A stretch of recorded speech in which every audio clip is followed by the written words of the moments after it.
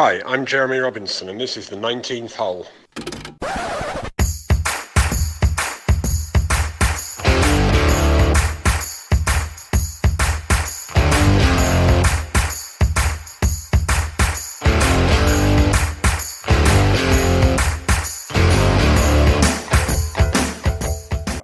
Hi, welcome to the 19th hole, brought to you by glal.uk. So far, joining me on the podcast, we've had some world-class golfers, coaches and agents. So today, I'm delighted to be joined by some different kind of guests. In this episode, amongst other things, we're going to chat about next week's USPGA at Southern Hills. Not with professional golfers, but with golf-loving horse racing experts. I think that's a good description, isn't it, boys? Very good, yeah. I don't know. I'd flip it around the other way. I think I know more about golf than I do about golf, to be honest. So to start with, we've got Josh Apiafi from Sky Sports Racing and founder of the newly formed Apiafi Golf Tour, which is obviously very important, Josh, isn't it? Where are you playing tomorrow? Belfry tomorrow, Jerry. Yeah. Just they prepared it for the British Masters a couple of weeks ago for us, and then obviously, and Ollie's obviously playing in that, and then it's not newly founded anyway, Joe. This has got more heritage than the British Open, the Apiafi Golf Tour. It started in Nigeria and has just moved to this country. Anyway, Josh, thanks a lot for joining us.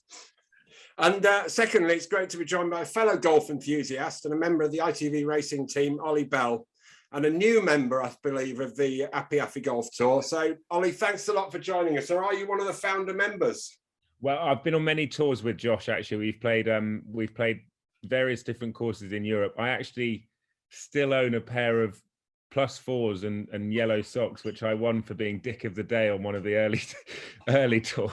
So, he played with my dad that day, and I remember my dad going, he turning around to Ollie. They didn't know I was in earshot, and my dad going, "You're the son I wished I had." I was so hungover the next day. I think I produced the round of my life. Actually, I think there's something in that. Anyway, so next time you go and play at Sunningdale or somewhere, you'll be able to wear those. I know they are hideous. Honestly, it's a punishment for being so bad at golf. I think, or the worst player. I don't know what it was, or the biggest letdown on the tour. And so I had to wear them the next day. But I think I managed to pull it off. There's a great photo which I'll share with you guys of me in that outfit. So I'll pass that on to you so you can see just how much of an idiot I look. You'll look just like Jerry did in the '92 Open or something at Carnoustie. It's the same sort of gear, to be honest. Well, it's like Payne Stewart had nothing on you, Ollie. I was going to say Payne Stewart used to be able to take it off pretty good, didn't he? Absolutely. They should. I'm sure that it all comes round. Look at fashion, Jerry. I know you haven't caught up with it, but equally, it will come round. I reckon that Payne Stewart will be back in action. His fashion followers will be back in the next 5 years. There you go. Anyway, so boys, what we're really trying to talk about tonight is next week's USPGA Championship, the second major of the year. So moving on to that, the three players top of the market are Rahm, McIlroy and Scheffler. So what's your thoughts on those guys? Go for it, Ol.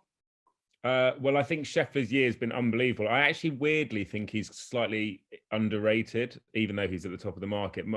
The reason I say that is because when you look at what Tiger Woods did when he was so dominant, the fact that he's won, 3 or 4 tournaments recently, including a Masters. I mean, if we're looking at a very small sample, we're dealing with sort of Tiger Woods level dominance from Scheffler at the moment in the world of golf. And I still think just because he's quite sort of languid and a bit sort of lolloping, he doesn't have that sort of X factor necessarily. The market possibly slightly underestimates him, and I think that he should probably be going off shorter in tournaments than he is. Whether I think that's like Brooks, Ol. Can you remember when Brooks won his?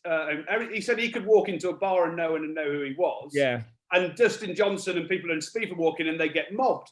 And he said, I quite like that. Of course, he then goes and wins 2 or 3 more, and he's now in that category. But I see Scheffler, like you've just said, exactly the same, that he's not yet got that wow celebrity factor about him, that he could walk down Oxford Street and he probably wouldn't get stopped. No one would know who he is, I don't think. And when you mentioned Brooks, when Brooks was dominating the majors, again, he was overpriced in majors. Brooks has a bit more sort of X factor about him, I think, sort of globally than Scotty Scheffler. Perhaps Scheffler's getting that now. But I think it's just his sort of mannerisms, really. It's his body language on the course. He's very languid, as I say, and I really like the way he plays. I like the calmness he showed at Augusta when there were a couple of moments where he could have sort of really could have got to him. So I think he has all the makings of a multiple major champion. But whether next week's going to suit his game, this tournament's always a tricky one to sort of find the winner of, I think. There's a few at big prices that I quite like, which I'm sure we'll get onto. But in terms of the sort of big hitters, if you like, the big players in world golf, I think Scheffler's proven this year that he is streets ahead of his competition, in my opinion. What do you think, Jerry? I think he must be. He's playing. Yeah, like you say, he's playing. But all the stats tell us he's playing better than anyone else. But who knows? And everyone sort of wrote him off for the Masters. He was he was the number one pick in form. He'd gone to number one. He knocked Rahm off, and obviously who had been in great form for the last 12 months. But again, maybe to the golfers, they can see it. It was interesting hearing Lordy's comments. He didn't really go there. He went off to look at the likes of Matthew Fitzpatrick and stuff with his tips last week, Jerry. Yeah, I think Scheffler, the interesting thing about him to me is he's a bit, because he was under the radar, I think you're right, Ollie, but he qualified for the Ryder Cup last year when he didn't win a tournament, which was a fair effort. Or he played in the Ryder Cup. I can't remember if they got chosen, but he did really well in the Ryder Cup. And then the commentators were saying that, that'll be the making of him. And to be honest, for once, the commentators have been right.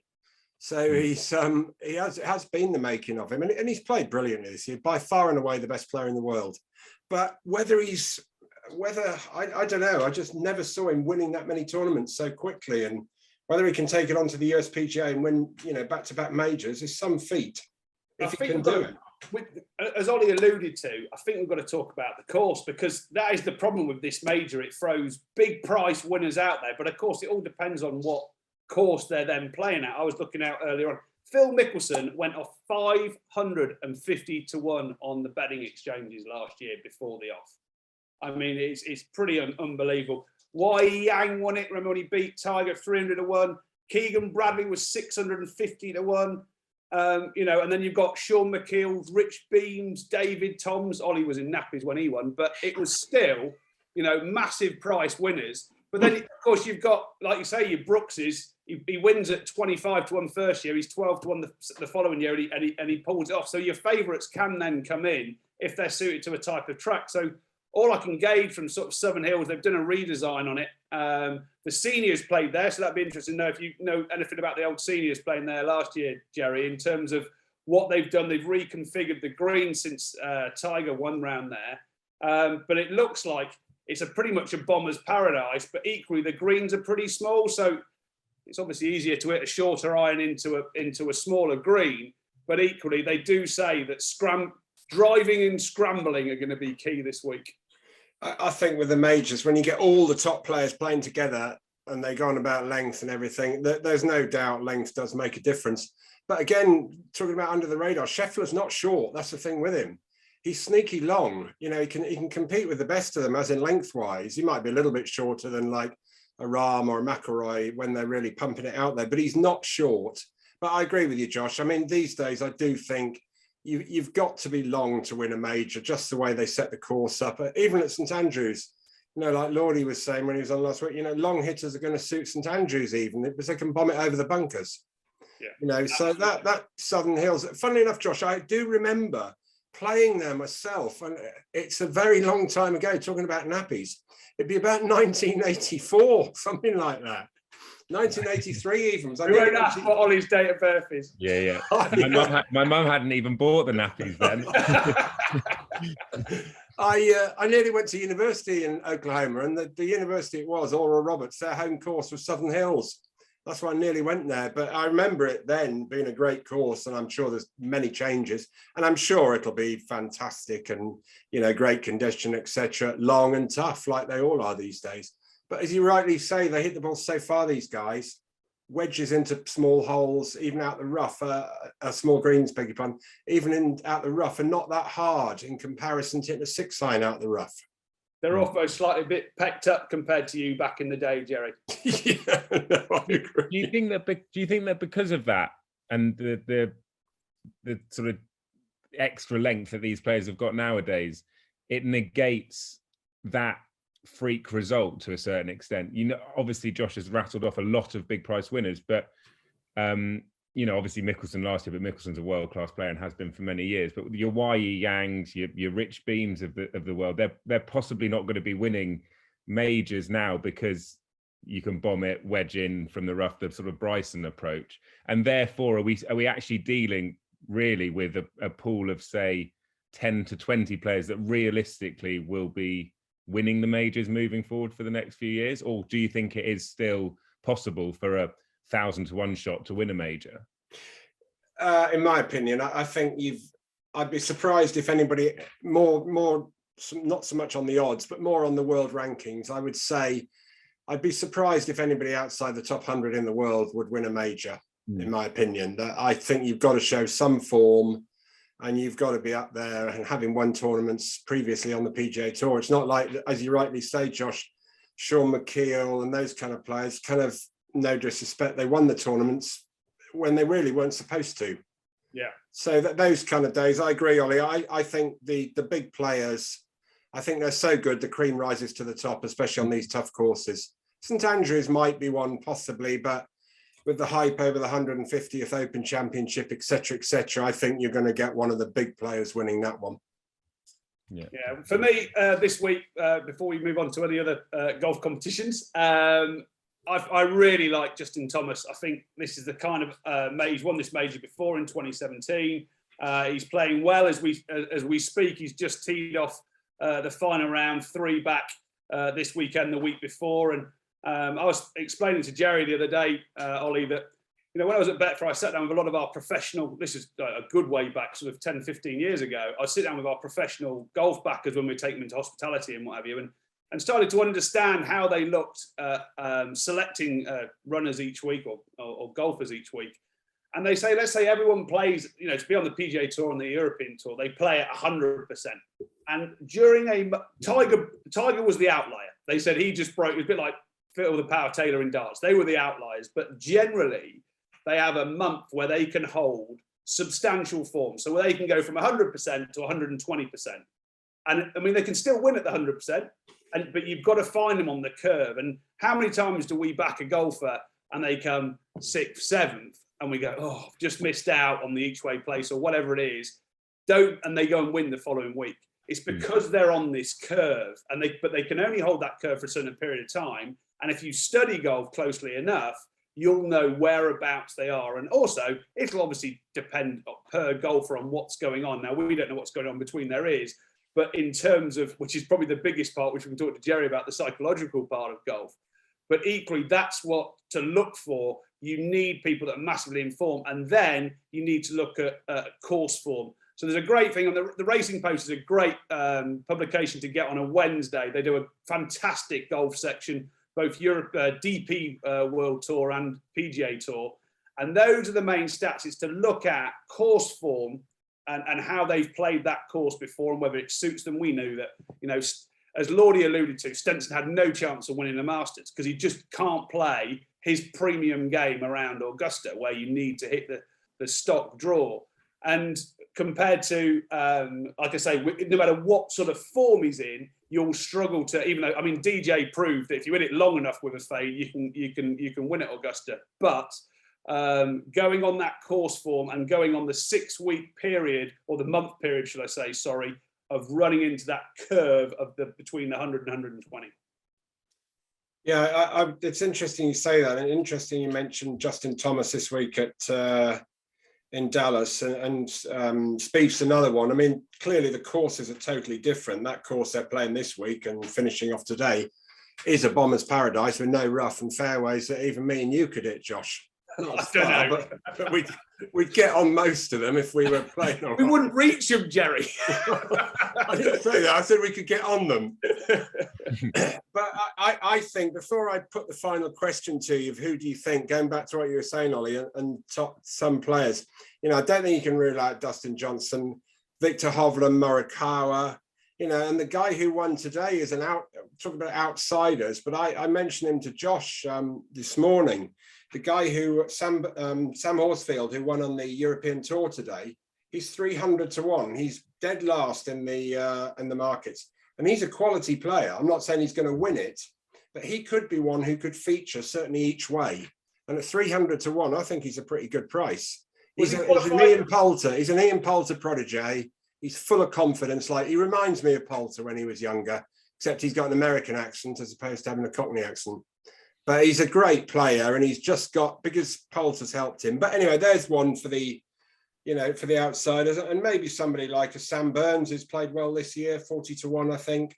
And as you rightly say, Josh, Matt Fitzpatrick. I mean, what do you think of him, you guys?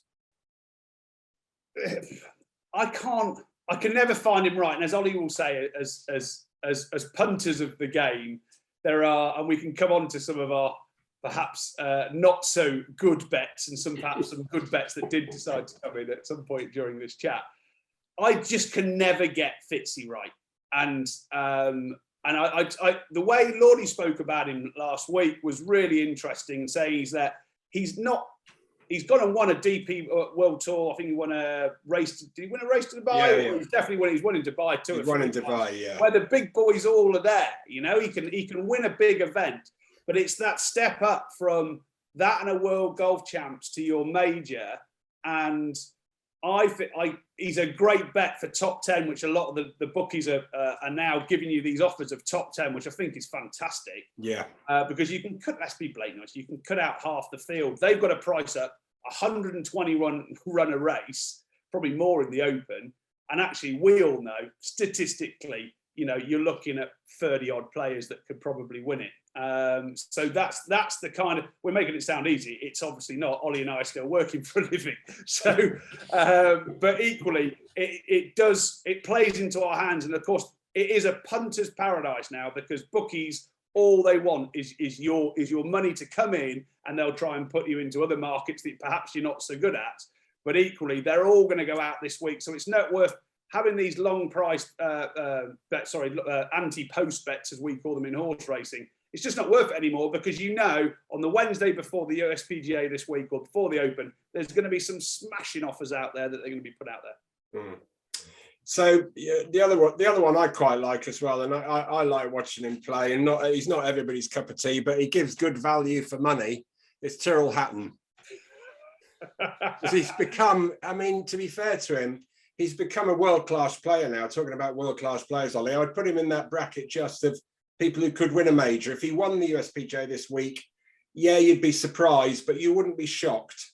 Yeah, there's a great montage of his best sort of heckles at himself after bad shots on YouTube.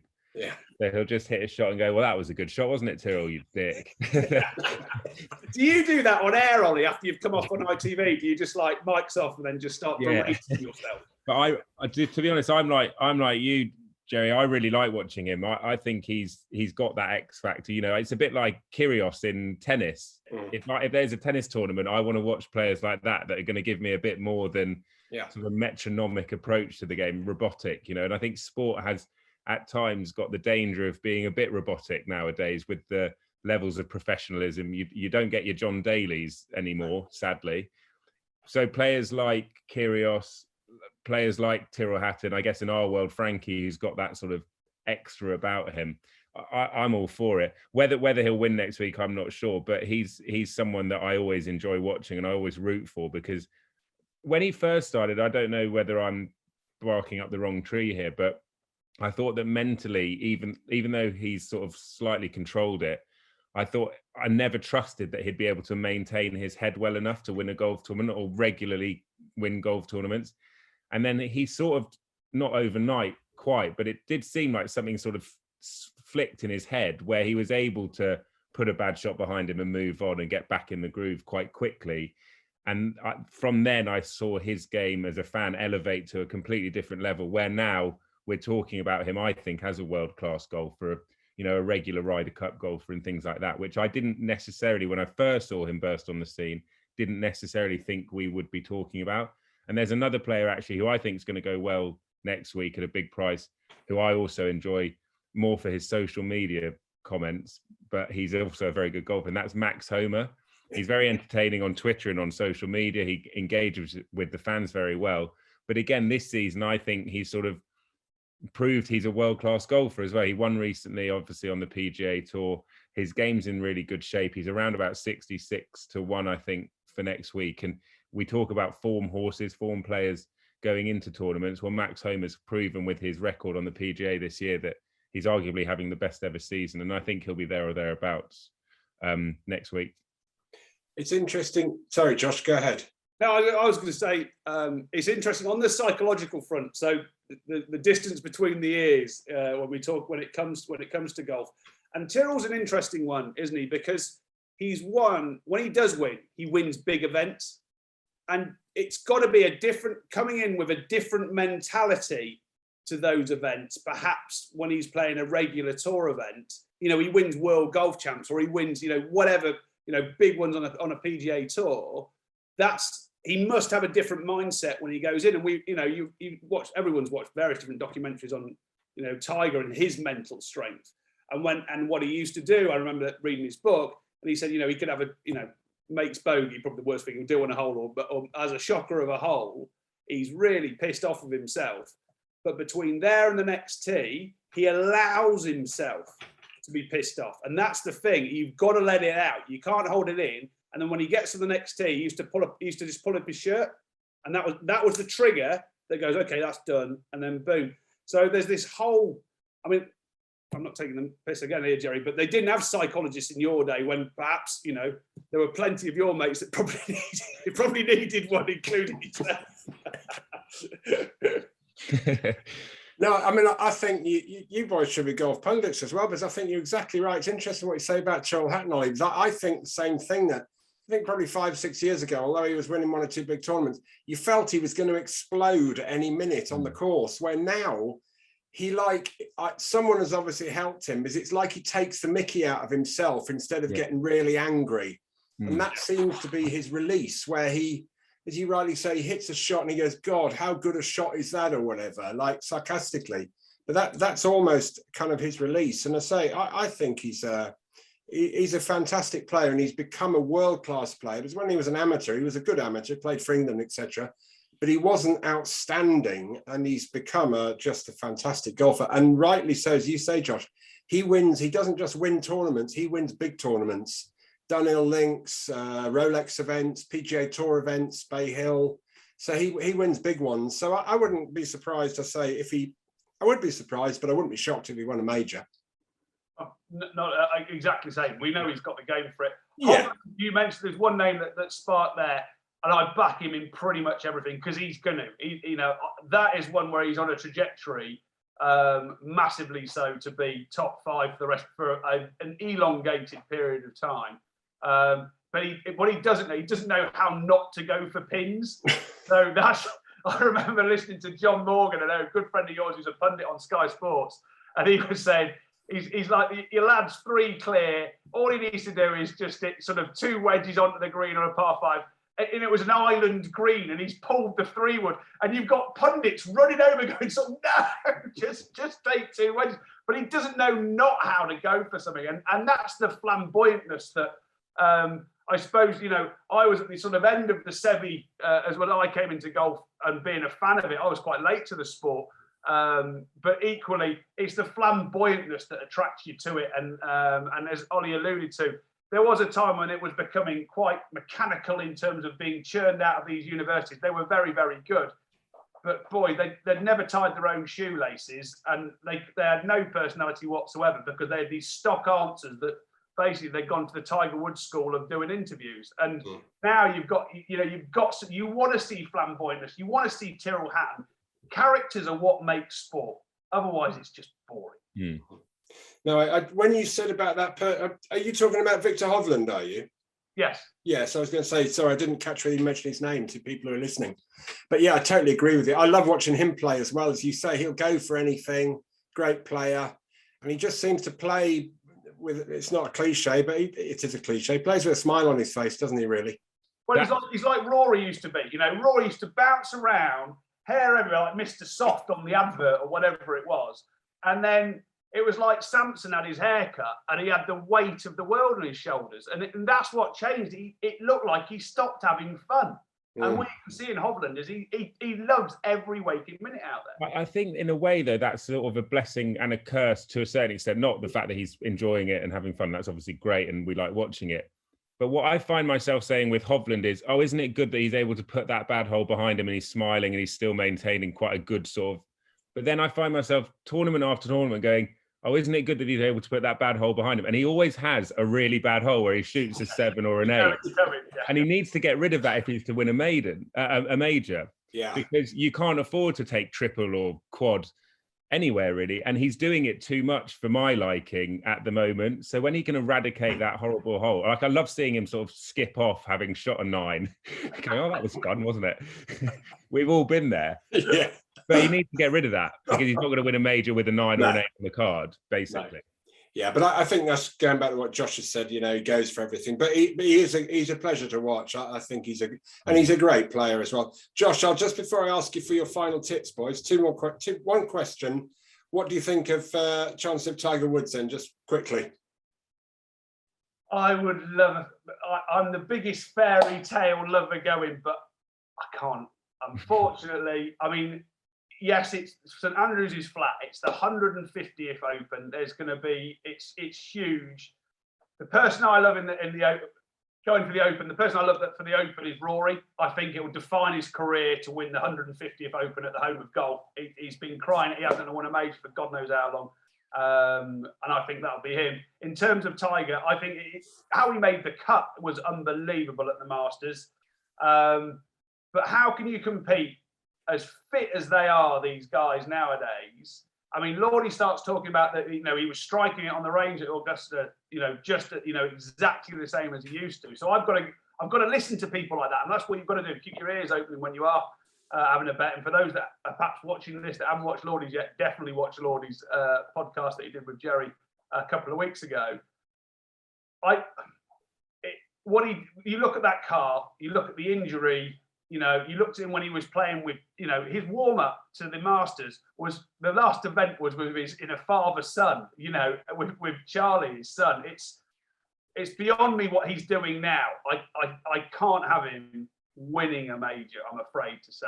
He'll compete, but they'll be falling away for him to come in. He's not, in my opinion, he's not as good as he was. Over 72 holes of tournament play. What do you think, Al? For me, Tiger Woods was the sportsman of my youth, I guess, to a certain extent. When I started working at aged 18, a great friend of mine who's a professional punter would always back Tiger Woods at like 6-4 and say he's the greatest value of all time. And I'm going, what are you on about? There's 120 runners, and he would be the greatest value. I think, what I saw in Augusta actually probably made me slightly more hopeful than Josh that he might win a major again, as remarkable as that sounds. I don't think it will be next week. Somewhere like St Andrews, I think, would be the one that he would be competitive at, more so than next week. But he went round 1 under, wasn't it, in the first round at Augusta? Yeah, no. 4, he 1 under after day 1? You know, I think it was 3 under after day 1 or something. I mean, and the good thing it was under par after the. Yeah. I mean, to do that is nothing short of incredible. And if he does nothing else in golf, what he's achieved is. I'll never forget when he was walking up. It wasn't the major. Was it the Players Championship that hit his comeback win? No, it was the Eastlake for the Tour Championship. Tour Championship, sorry. The FedEx Tour Championship. And that sight of just everyone walking up, following him, that is one of the iconic images. You know, when Ali's on the canvas, I think that image will be used to sort of celebrate Tiger in years to come. And then obviously him coming back and winning the major. But in the practice round, he had everyone lined at Augusta watching his round on the Monday before the tournament. What he's done for golf is nothing short of exceptional, but it would be. I can't have him winning next week, basically. No, I would agree with you. I also think on that, as you know, taking aside, that I'm a major campaigner around diversity and inclusion, and you only have to look at what's happened to golf through Tiger Woods, that's made it far more diverse than it once was. You know, it was in my lifetime that they were only allowed to play. A black person was allowed to play Augusta, which is, you know, it is pretty much unbelievable. But then you look, you've got Harold Varner III, you've got Tony Finau, you've got Munez that's leading. You've got the diversity of golfers now. It's not just the stock white male of 20 years ago that it's 25 years ago. Since Tiger, he's massively opened up the door to say, look, golf is for everybody. And it's not just a high-end middle-class sport, white sport to play. And I think it can only be brilliant as you bring in more and more fans from around the world. No, I mean, there's no question what you said, Ollie, as well. Single-handedly, he did so much for golf. He made prize money bigger for pros. You know, when he used to turn up to tournaments, I remember playing in Taiwan one time. And I mean, it was like, you know, they were filming him coming through the airport. I mean, it was like Michael Jackson arriving. You know, he was, when he was in his prime, there's no question, he was not just a golf superstar, he was a world superstar. And even if people didn't play golf, they'd heard of Tiger Woods. The final thing I'd say about Tiger Woods is I think in the last 3-4 years, he's become a lot more human and a lot more relatable to most people. And therefore his popularity has risen. Again, before we didn't really know him. And now as a dad, seeing him with Charlie in moments like that and seeing him get upset and engage with the media a lot more than he did in the past, it's meant that I think he's got a new wave of fans as well, which is great because someone with his CV and his talent deserves to be lauded forever by everyone, in my opinion. Well, I mean, that new social media bonus scheme they have on the PGA Tour's probably helped. Yeah, I was thinking, was the Brooks and Bryson argument, whatever rivalry, was that all contrived? Is that Drive to Survive? I don't know, but yeah, they're certainly engaging with us a lot more now. Yeah, I wonder why. Yeah. Anyway, so we've been through just about everyone. Well, we haven't been through everyone, but everyone who might win. So probably there's someone out there who's going to win that we haven't even mentioned. But Josh, starting with you, the winner and the best each way bet. For USPGA, I'm going to be backing Justin Thomas to win, and I am going to be betting Shane Lowry at 40-1. He can get up and down from absolutely anywhere. And people say he's short. He still averages 300 yards off the tee. He's been playing real well this year. I lost a few quid on him in that, when he lost out to the Swiss guy. I'm trying to think of the guy's name now. About 2 months ago, Larry's leading with 2 holes to play, and then this guy finishes with a birdie, and the heavens opened like you've never seen, and he was done out of it, as was I with my cash sat there. I think I even went to bed thinking I'd won. Woke up this morning to dog's abuse from a fellow punter. But equally, I think he's been in really good form. He's settled now in America. He's very much used to the lifestyle. So he's more of a local than he once was, and he just seems happy. You know what I mean? He's got kids, he's got a lovely wife, he's playing great golf, and he respects what he's doing in terms of, you know, where his humble beginnings means he massively respects as to where he's got there. He didn't go through the collegiate system and all this kind of stuff. He was a bog amateur in Ireland, and he went and won his own Open. I mean, there'll be films about this guy, and I mean he's probably only 30 now. Do you know what I mean? Seb Stracker's the name you're looking for. And I tried to block it out, Jerry. That Swiss man with the Texan accent. That's it. That's the one you're looking for. Ollie? I think Dustin Johnson will be my main pick. I love DJ. He's a cool dude. And then I think, as I said earlier, I think Max Homer each way, just given that he's in good form, I think he's slightly overpriced. So they'll be my 2 that I'm siding with next week. Well, me personally, I think McIlroy will go close. I think he seems to be enjoying his golf a lot more. Apparently he's having talking with Bob Rotella a lot, the famous sports psychologist. So he'd be my pick for a win. But my outsider for a win, and I think it would be in a kind of not a sad way, but I'm sure we're going to start talking a bit about Saudi golf and Greg Norman. It'd be quite interesting if Sergio Garcia won this next week at the PGA. You love stirring it up, Jerry, don't you? So I'm those are 2. I'm going with McIlroy, but I'm going to have an outside bet. So I think Sergio Garcia will be very, very keen to do well next week.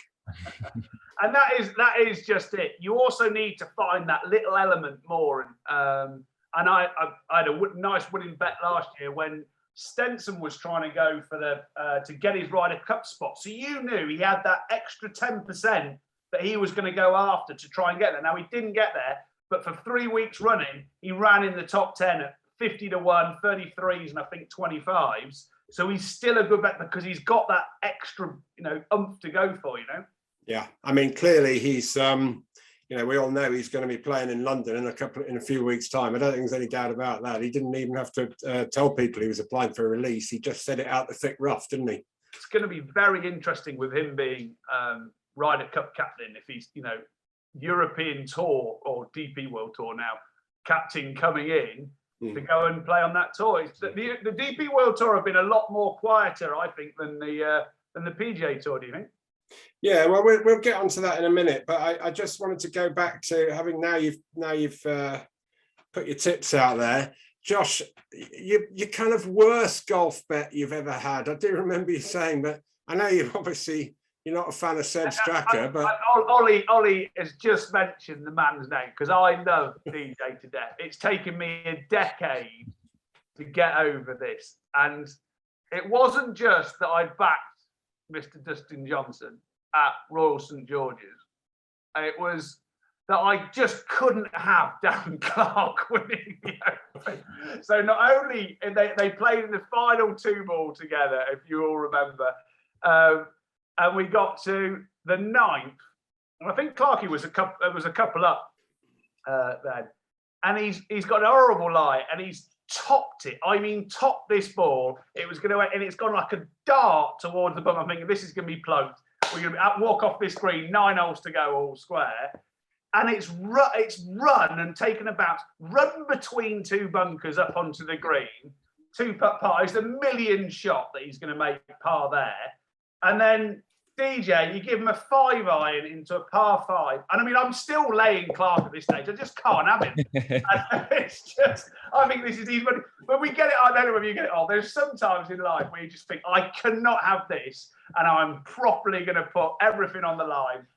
And I did then. And then DJ gets handed a 5-iron. And, oh, geez. Shanks it out of bounds. I mean, you can give him that shot a million times and he wouldn't do it. And there you go. It was tough. And do you know who was on his bag? Joe LaCava, Tiger Woods' caddy. Did you agree with the old saying then, a shank's nearly a perfect shot at the time when your money was going over that white fence? It rhymed with shank, what I was saying. I have to say. There you go.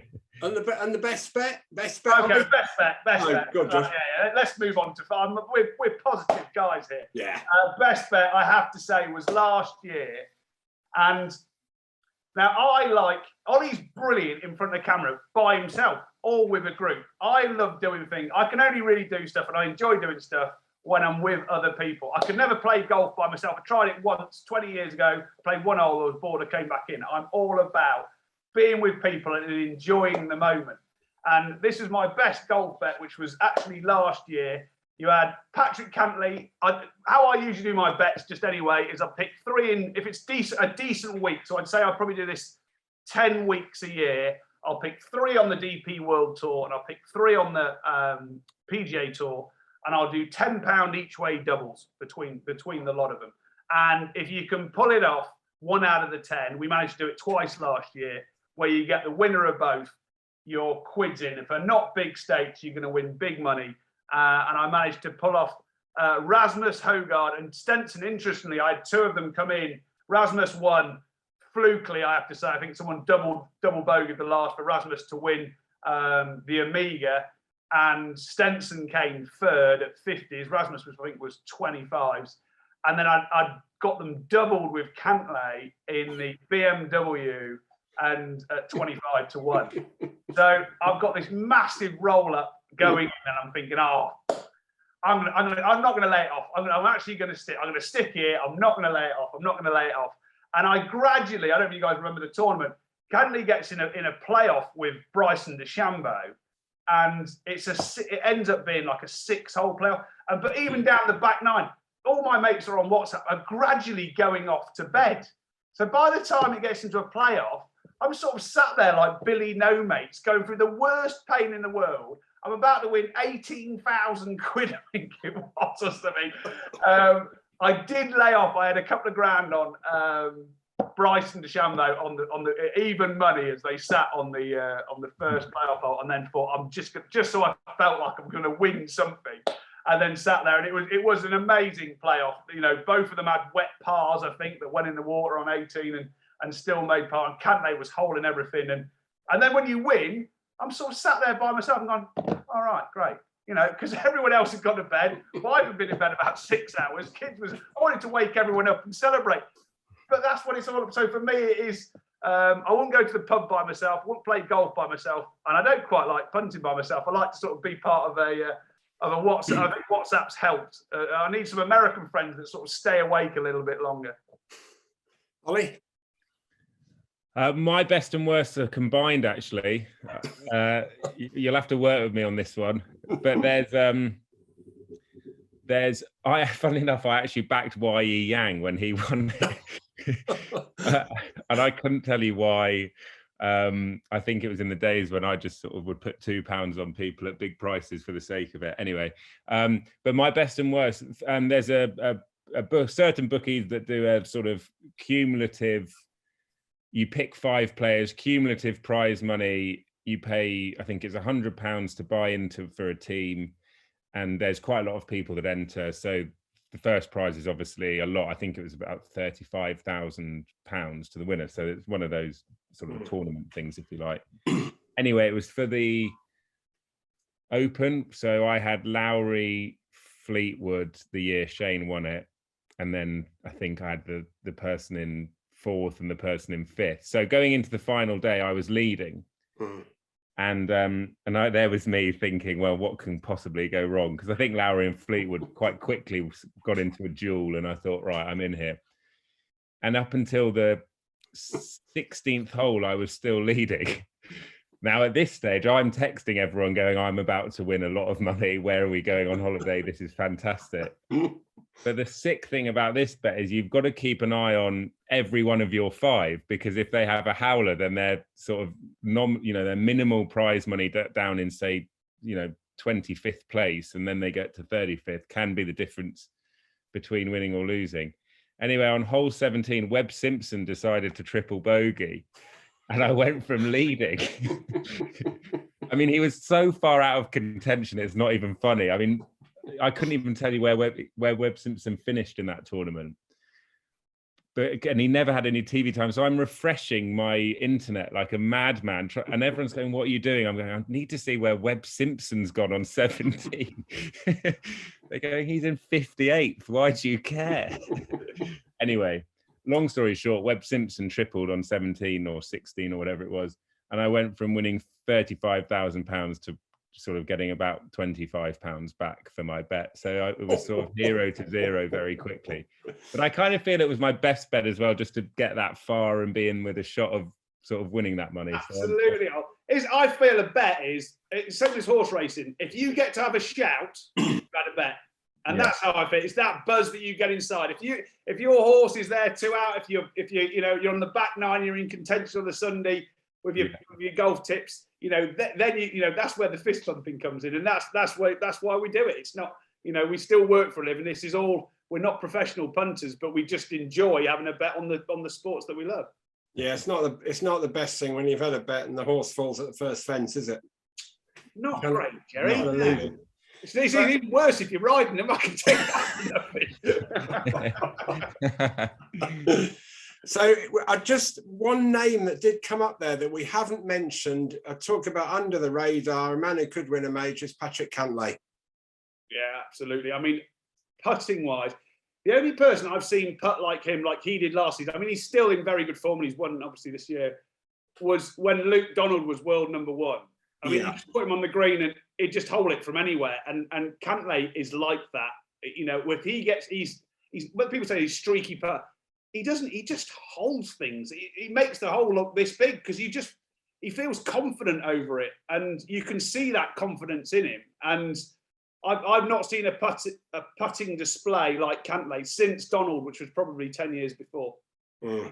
Did you know that I don't know the exact number, but here's a stat for you to see if anyone can match this on the Apiafi Golf Tour. When Luke Donald became the #1 player in the world, he didn't 3-putt for something like 780 holes. Well, I think we hold that on the Apiafi Golf Tour for like the amount of free putts that we have in one competition. So that's absolutely, it's no break. I mean, it is unbelievable, isn't it? It is unbelievable when you think you're playing at the places like Augusta and places like that. And he actually 3-putted in the Dunhill Links at King's Barnes, and he put on Twitter, whatever, I won't, there was a tournament played in October. He said, according to the stats, I shouldn't 3-putt again till next May. What a lovely position to be, but how he has fallen since. So yeah, but he was an amazing player to get to #1 in the world, in my opinion. Well, with his game, absolutely. Yeah, I mean, he was 30 yards shorter than everybody else. We could do that now. Well, the only person I see is similar, but he's not sneaky long. He just sort of lays up. Is Morikawa. He is metronomic. I mean, the way he just took apart meticulously the Open at Royal St George's was, for me, was unbelievable. Everyone said he did it without a crowd the first time when he won his first major, and he just basically put 2 fingers up to everything. And he just, again, doesn't show lots and lots of emotion, but he's a young kid. He's good on social. He's got, he's of a diverse nature as well. So listen, we haven't talked about him, No. and he's more than capable of winning this week. Oh yeah, a great iron player, fantastic iron player, probably the best iron player in the game, I think. Interesting. So we've talked about just about every player under the sun there. We just managed to get Cantlay in at the last minute, which was good in case he goes and wins. So we want to try and cover off as many as we can do. And but moving on now, talking about diversity and stuff. So we've got to talk about the Live Golf Tour, the possible Live Golf events that are going to be happening, and you wouldn't say obscene amounts of money, but serious amounts of money in comparison, certainly to other tours in the world. And where do you boys stand on this, really? Because obviously the jockeys go to Saudi, etc. But where do you stand on it? Personally, it makes me very uncomfortable, if I'm honest. I think a lot of, and not just golf, I think the whole thing around sort of sport washing and things like that, I don't like it. But in saying that, I did hear, I think it was an F1 driver, and it might have been Lewis Hamilton, was interviewed about racing there. And I think he said something similar, like, I don't agree or believe with pretty much everything that goes on in this country. However, we're here, and it's now our duty and our responsibility to shine a light on the issues, and hopefully there will be changes made and improvements made to human rights, etc., etc. So I sort of buy into that argument slightly, that actually by going there and having different eyes into different cultures can be a force for good. But ultimately, what they're doing is just chucking more and more money into it until players sign up and then going, oh, isn't this wonderful? I think it will have a very, very negative impact on both European Tour, DP Tour, whatever it's called now, and the PGA Tour. I don't think the level of competition will be that exciting. And I think on every level, I can't really see a positive come out of this, other than a few golfers will have a lot of money. Josh? Who already have a lot of money. Yeah. We'll have even more money. So yeah, do that. And this is not one to, with humour around it. I really take on board Ollie's comments. I've been offered to work there. I turned down work there. I turned down covering the Saudi Cup actually here on Sky, and Sky were very good. They brought someone else into the studio. I was covering Ascot that day, and they brought someone else that covered Saudi in there. We all have a moral compass, and that moral compass can in various different levels. I've done business and spent time in China and other areas around the world where your moral compass can probably be tested. Here was one that I've decided that I didn't want to do this. I didn't want to promote it. If you want to be part and be better, and that is the one thing. I spoke to John Hunt, who was he's a BBC commentator. I mean, he'd smashed me and Ollie out the park when it came to how good he is on the telly. And he went to Saudi last year, so we had a proper debate about it. And he said, look, they want to be better, so I feel that by me going and helping promote it, it's helping. If they want to be better, we should let people be better. So I can take that argument as well. But again, for me, golf and racing are not dissimilar. They're heritage sports. And if you want to come and invest in the sport, you invest in the heritage of that sport. And if you look at what they've done in football, they've built amazing stadiums. They haven't gone and changed the Premier League. They've gone and invested in, the Etihad Stadium or whatever, or whatever it works out to be, and raised the money within the setup that it currently is. And my feeling is that Greg Norman has far too much emotional baggage with the PGA Tour that has turned this into a huge emotional battle. And he's basically developing a tour for the 45-year-olds to 50-year-olds. So before they go on to senior tours, you'll see, you talked about Stenson already. We'll talk about Bubba Watson. You can talk about those ones that are coming through that could possibly, Sergio, one of the, greatest players we've seen over the last 20 years, is still capable of winning those, winning tournaments, but probably not as regularly as he used to be able to do. But here, he's going to get paid a shed load of cash. He's a multi-millionaire.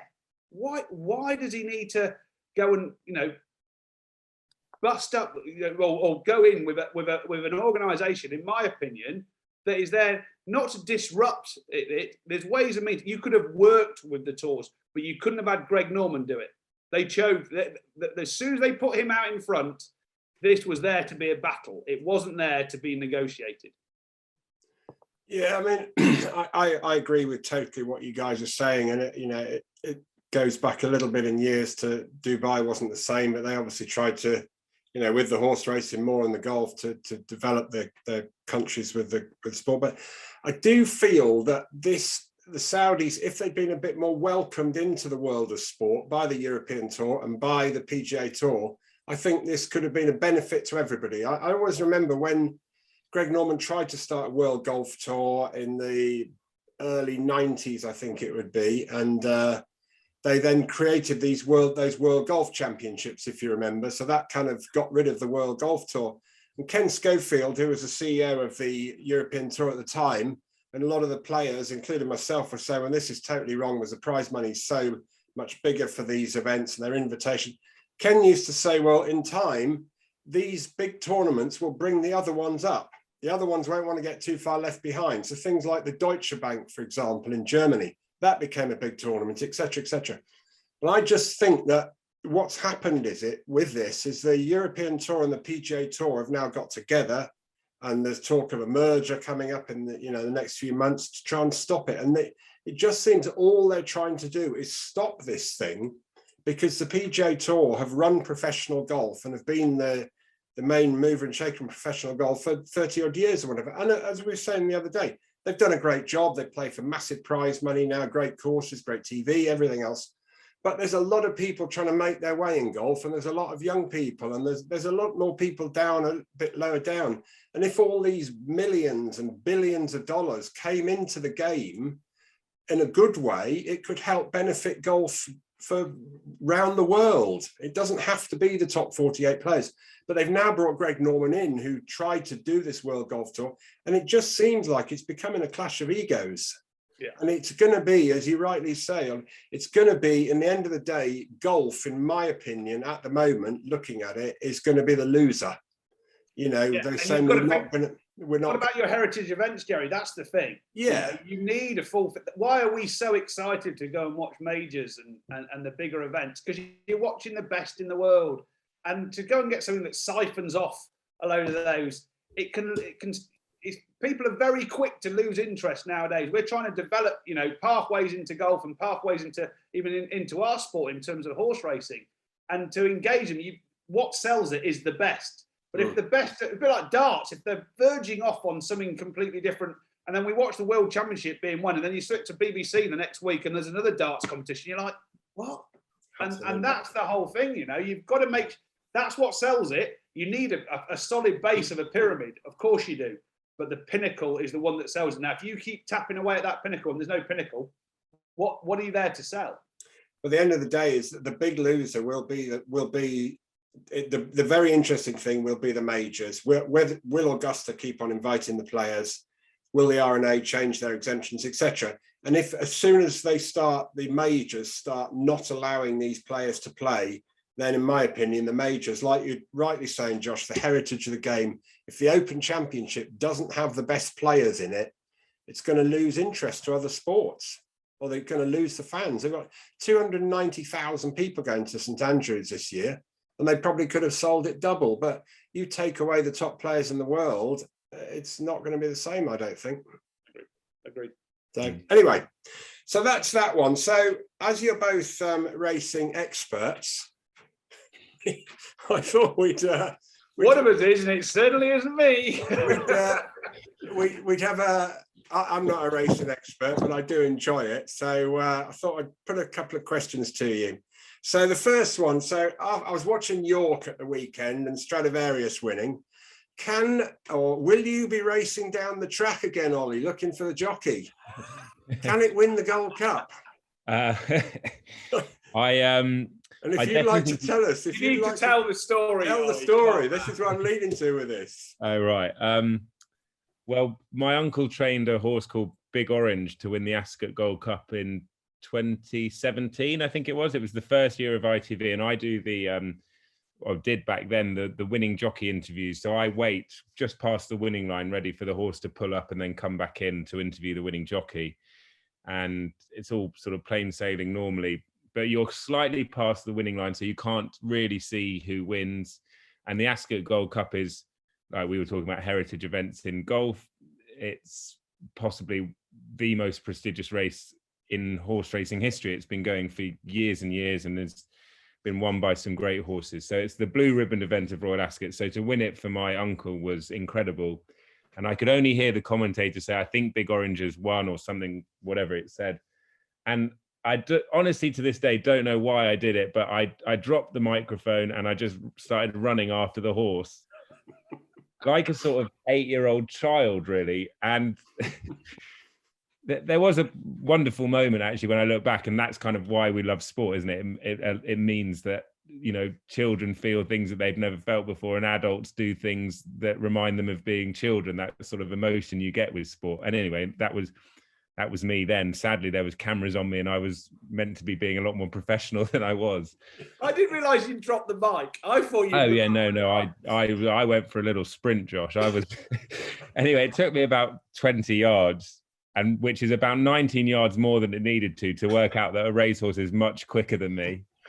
So I ended up giving up, and I thought the horse will come back in a moment. And everyone was, you know, in floods of tears. Taffy, who looked after the horse, and James Doyle, who rode him that day, and I could see my cousin who was about to lead him back in. Anyway, I did the interview, and I honestly thought nothing of it. I was very professional in the interview. I thought, right, compose yourself, did a good job, and that was that. And then the next day, I was in the paddock ready to do interviews with the trainers before a race. And it was, I think, one of the last races of the day, and the Queen had a runner. So she was in the paddock also to look at her horse before the race. And we were about to go to a break on ITV, and I could hear the director saying, I'll get a shot of the Queen. She's in the paddock. Ed, you'll talk over a shot of the Queen on the way to a break.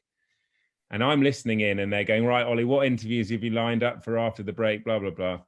And then I get a tap on my shoulder, and it's John Warren, who's the Queen's racing manager. And he said, someone would like to meet you. And I know then that it's either going to be a fan who wants a picture over the rail, or it's going to be the Queen.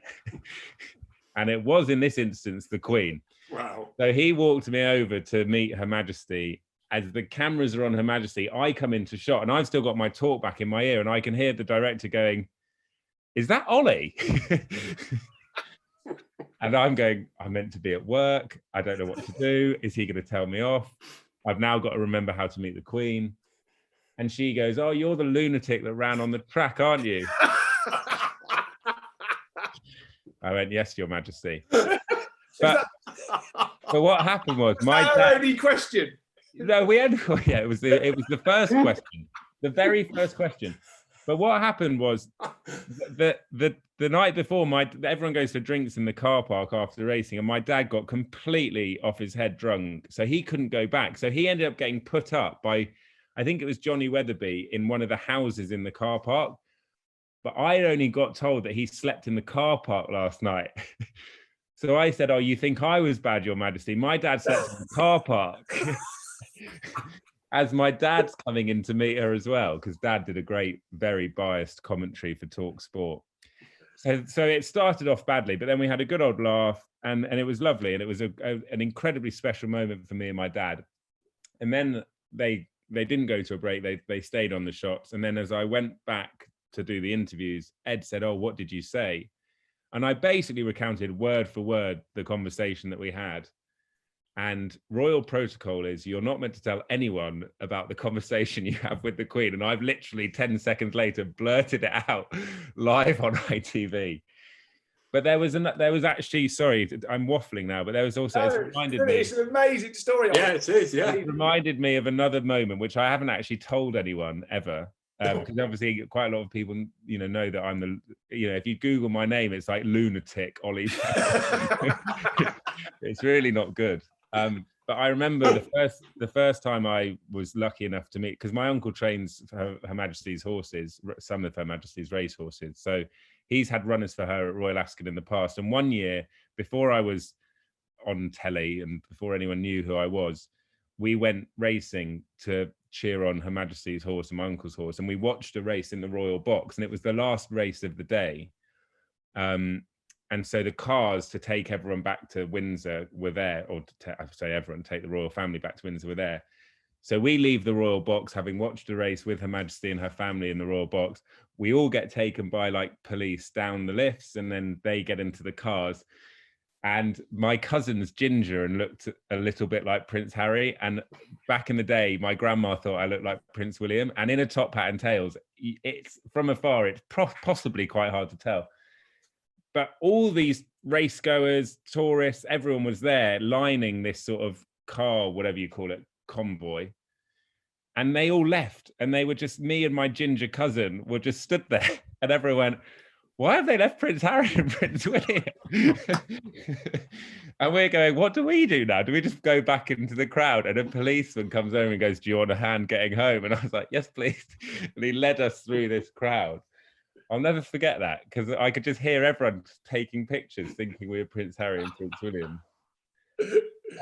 But yeah, those were my two royal stories at Ascot. Anyway, to answer your question, and there was a lot of waffle in there, but Stradivarius, who I will definitely not be racing after the track, for all he is an unbelievable horse.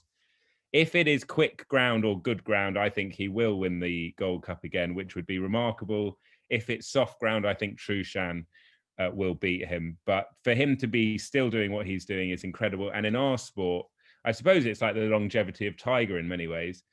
You're able to really idolize horses, players, sports stars, whatever, because they can compete at the top level for a long time. And in racing, in flat racing particularly, we're not lucky enough to get that opportunity because they have to retire commercially to go to stud. It makes more sense for them to do that. The fact that Stradivarius at 8 years of age is still doing what he's doing, he's got, when I was at York this week, the reaction was unbelievable to his win. And I've been there personally for some wonderful moments involving my family at Ascot and seen some great horses there, Frankel, some phenomenal horses. I'm pretty sure that it will be hard to top the cheer that he would receive, given he's ridden by Frankie, etc., if he was to win the Gold Cup in June. So I urge everyone, golf fans who perhaps don't watch racing very often, if there is to be one race you watch this year, make sure it's the Gold Cup at Ascot in June, because it will be, I think, potentially a very, very special moment. I've got to say that, I enjoy watching the race. I mean, it was pretty special when it won at York. You don't often see the horse kind of parading up and down after winning, do you? And Frankie was loving it, wasn't he? Yeah. I think Frankie thought it was for him. Come on, man. But what's amazing, and not to be crass or vulgar on this, but it's a serious point, is he's an entire, so he's still got all his tackle. Yeah. And he's very sort of boyish and coltish beforehand. He really shows off to the crowd, and it's remarkable, really, because horses who get worked up like that don't normally perform to the level he does. So for him to be doing what he's doing and managing it, and the way he's trained by John Gosden, it is incredible. And the public have really latched on to him as a sort of superstar on the flat, which is great. Mm-hmm.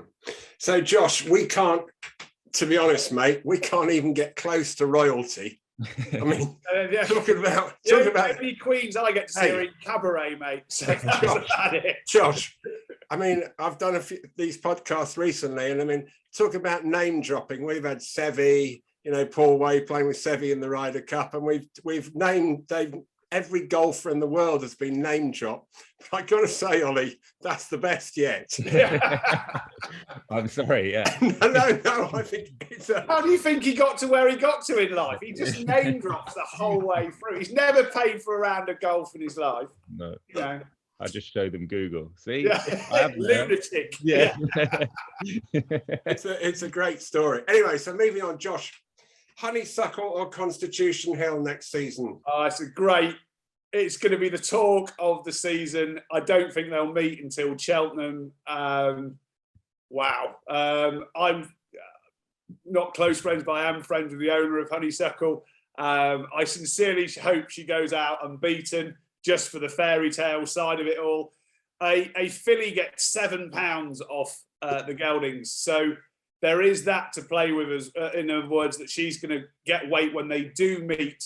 As we sit here today, I'm going to go with Honeysuckle, but I could well change my mind by next March. And who knows? I don't know whether, she might win an Irish champion early in the February, and maybe they say that's it and bottle it. But Kenny's a punter who owns it, so I'm sure they will get there. Let's hope they both get there fit and ready.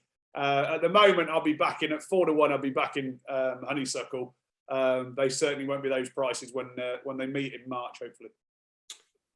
Ollie? I think Constitution Hill could be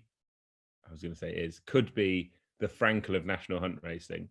That's how good I think he is. His times were exceptional. What a shout that is. The times were exceptional. He's just got everything. He does it so easily. He jumps incredibly well. He's made good horses. I thought it was a really good Supreme. He's made good horses like John Bond look very average. There's been a few moments on a race course in my life that have got the hairs on the back of my neck standing up. And I think when you work regularly in sport, you become accustomed, whether it's in golf to great shots, whether it's rugby to great tries, or whatever it might be, you become accustomed to very good performances. So when something takes you to that sort of otherworldly level, you really notice it and the emotions take over. Frankel was one, See the Stars was one, and Constitution Hill is definitely one. And that moment at Cheltenham will live long in my memory. And it made me think exactly what I just said there. I think that he has absolutely everything at his feet, this horse.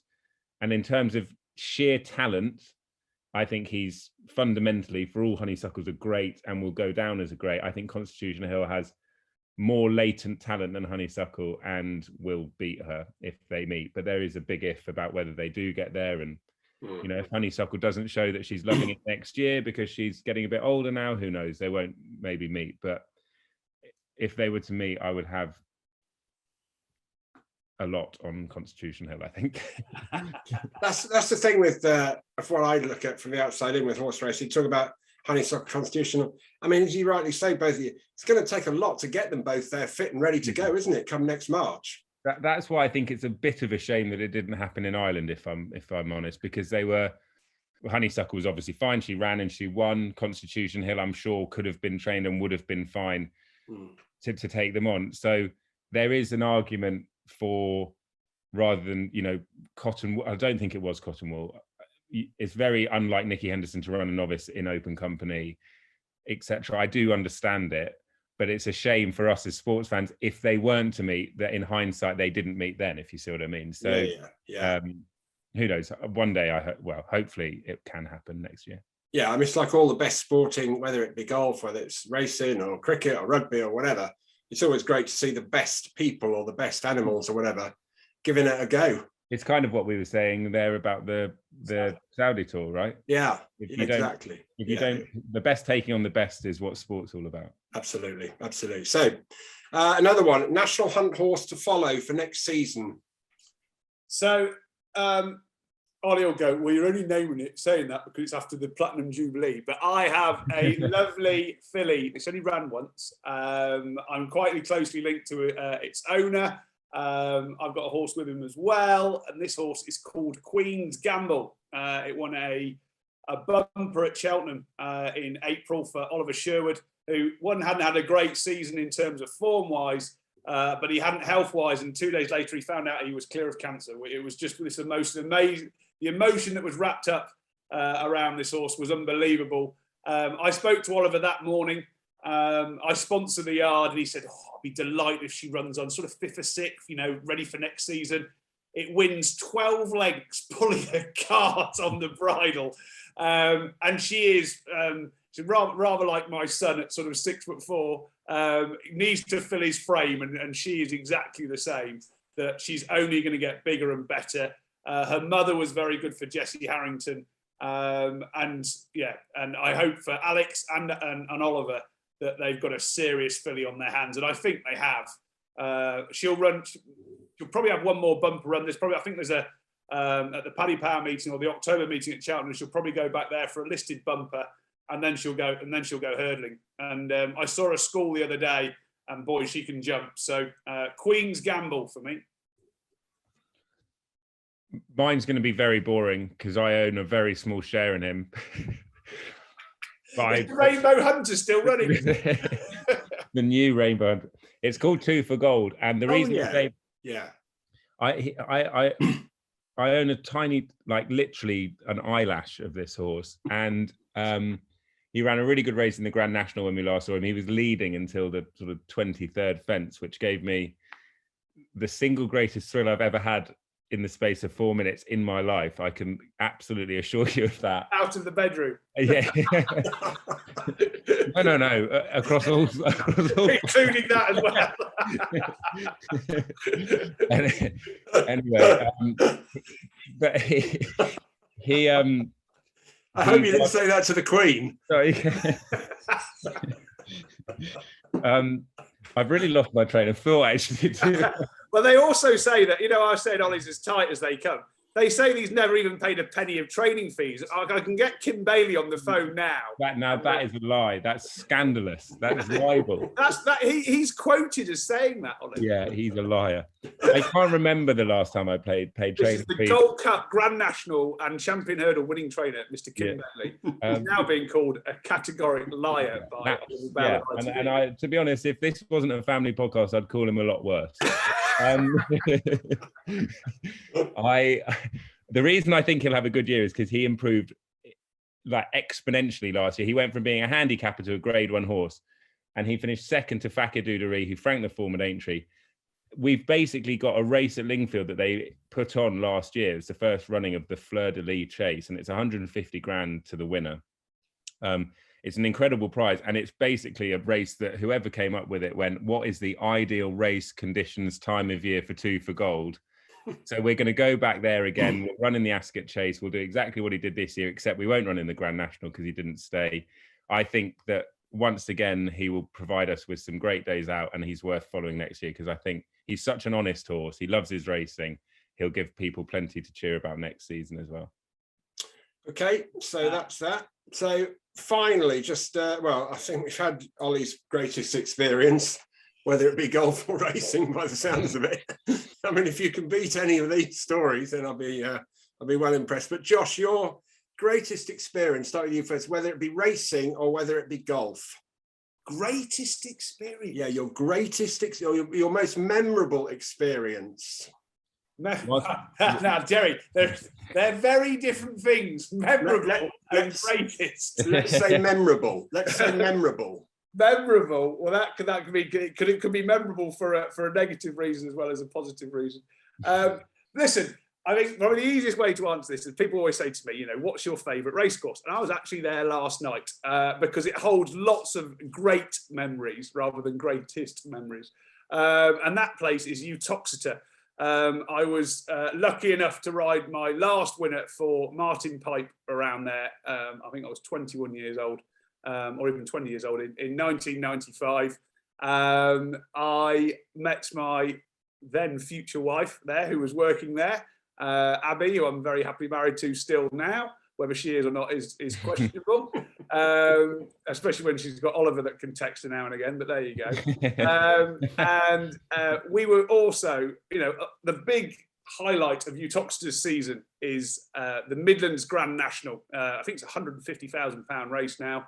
And in 2013, it was hilarious. We weren't even going to go. It's the race. It's the Saturday after the Cheltenham Festival.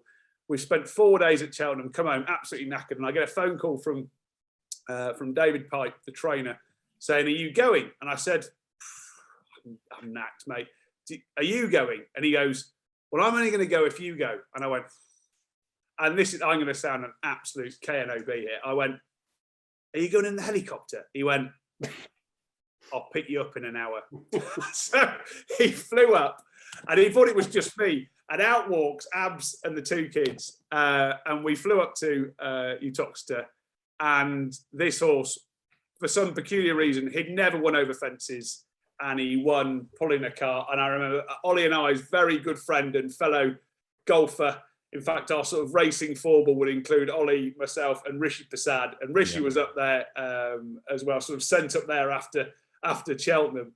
And I've got this amazing picture of Finn and David Pipe, who was our best man, and Finn, who was then probably like 3 foot rather than 10 foot, walking back to the chopper with this great big trophy. It's an amazing trophy that they win, and we've got it done up in black and white. And so Utoxeter, it's a long-winded story, sorry. Utoxeter, for very many different reasons, holds a close place in the Apiafi heart. There we go. Well, I've just got to give one of my memorable stories, probably not the most memorable, but it actually does involve Josh. Oh. So in 1999, I was fortunate enough to qualify for the Open. And when the qualifying in those days was 36 holes. So I'd had a local caddy, having fired my old caddy. Anyway, so I got this local caddy. Anyway, the local caddy was an oldish guy, never caddied in the Open at Carnoustie before. Anyway, he got very, very nervous in the last few holes in the second qualifying round. And I was nervous, clearly, because I was trying to qualify for the Open. But he was actually making me more nervous. So after we finished the round, I was fortunate enough to qualify. So that was on the Monday. So I'm playing in the Open on the Thursday, got a couple of practice rounds Tuesday and Wednesday. And I go back to where I then found I was going to be staying. And I thought, I just can't have this bloke caddying for me. I just can't do it. So anyway, I got some money together in a brown envelope and I gave it to a pal of mine. And I said, "You go and find this man. You'll find him here in this pub in Carnoustie.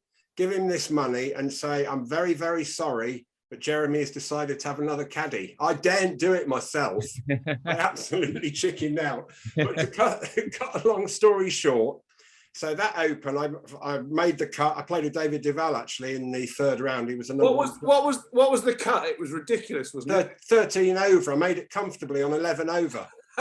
It's just unbelievable. The weather was horrendous. The rough was taller than we are and everything. Anyway, I made the cut.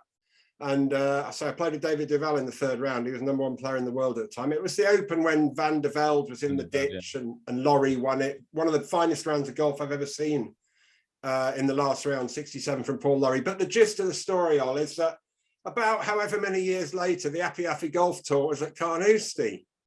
Josh has got a caddy. Anyway, so correct me if I'm wrong, Josh. Correct me if I'm wrong, but you were talking to this bloke and saying to him, "Have you ever caddied in the Open?" And this bloke said, "No, but I caddied for a bloke who qualified and then he sacked me."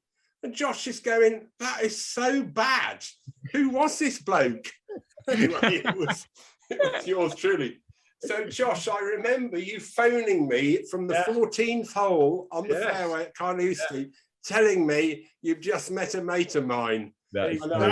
Exactly. And he said, "This guy called Jeremy Robinson." And can you believe it? I went, "No, what a tosser." So it's a story that I tell to people, and it's a small world. We get the same, Jerry. I think that this is the beauty of golf and the beauty of racing, the beauty of sport, isn't it? We talk about it all being a global phenomenon. Actually, it's a really small world that we live in. That we can hop off a plane anywhere around the world, and you don't need one of these mobile phones. You're going to be within a 10-mile radius of probably someone you know that's into your sport, and away you go. So no, long we all continue down the fairways, hacking away, but at the same time taking the piss and walking off and working out, Ollie. I'm going to find out tomorrow how you skip off a green after you've had a 9. Yeah. I'll show you. Excellent. So you boys are playing at the Belfry tomorrow. So have a good day at the Belfry. And the weather forecast looks all right. I'm sure the course will be in great condition after last week's event. Yeah. So hopefully we found a winner for the USPGA Championship. But more importantly, thanks very, very much for coming on. It's been a real laugh. And as I said about name dropping, Josh, I mean, I tell you, today has been the best. Well, you can walk out next week, Jerry, and say, God, I had Oli Bell on the podcast. And they can go, who? Actually, come on, yes. Just Mr. on Mr. Rolex winner. Just on this, I won a celebrity golf day before anyone knew who I was. And I was on a table in the far corner of the thing and there was betting on it. And the winner won a very nice watch. And I walked, as I was announced as the celebrity golf day winner, they went, the winner is Oli Bell. I had to walk past tables of genuinely very, very famous people. Like Jamie Carragher, Gary Neville, Harry Redknapp. And literally every table I walked past, I heard someone go, who's he? Who? Literally every time. It's a bit. It's like Jerry's just said. I played the 3rd round with David Duval at Carnoustie. I bet David Duval's out there going, "Yeah, I played with this absolute tosser, Jeremy Robinson." His caddy, and his caddy, yeah. The Caddy Sacker. That's your new nickname. This should be called the Caddy Sacker podcast. There you go. I don't know. Anyway, boys. It's been an absolute pleasure, and thanks very, very much. And we'll get a game soon. We'd love that, definitely. Okay. Thanks, Jerry. All right, see ya. Cheers, guys. See ya.